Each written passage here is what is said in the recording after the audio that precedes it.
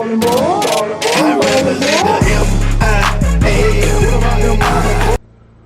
up, is YouTube? What do you do, Caniacs? We got somewhat of a milestone here with Calhoun's Fingernails. This is episode number 20. In this episode, we're going to look forward to Saturday night's game against the Cavaliers from the University of Virginia. This game is scheduled to take place in Charlottesville, Virginia at 7 o'clock p.m. Eastern Standard Time. I believe the game will be on ESPN2. I recall last year's game between Miami and UVA being a dogfight, which required Miami to come back from a 14-point deficit not once but twice in the game.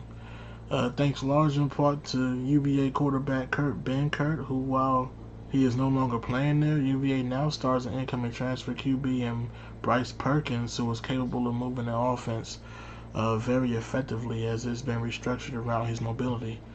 You know, that's the mark of a good football coach, though, the ability to structure his system around whatever strengths their players have instead of trying to make players fit their rigid system, which can be ugly, resembling an attempt to shove a square peg into a round hole. Things simply don't fit, and any coach worth the quarter can figure that out pretty quickly. So hats off to whoever's coordinating the offense up there in Virginia. They're doing a decent job so far this year. But I gotta tell you, there's one thing that jumps out more than anything else I'm looking forward to the game this weekend, and that's the fact that it's UVA's homecoming weekend. Now, I don't know how many of my listeners have ever played the game of football themselves, but I have. And one thing football players universally know for a fact is that it is the highest form of disrespect for another team to schedule you as their homecoming game.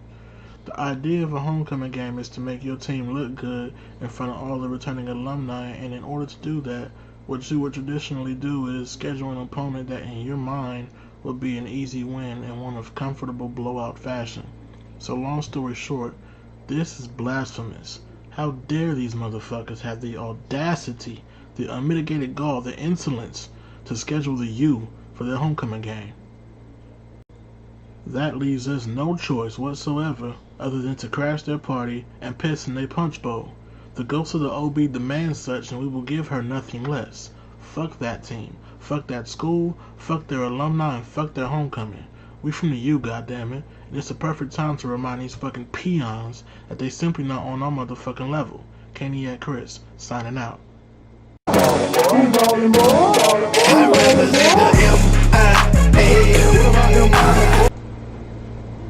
In other news, we received shortly after our victory against Florida State last week that star wide receiver and future lock of a first-round pick, whichever year he decided to enter the NFL draft, one Amon Richards, has sustained some kind of neck injury similar to Malik Young that would make playing football too risky. That's essentially ending his career tragically short.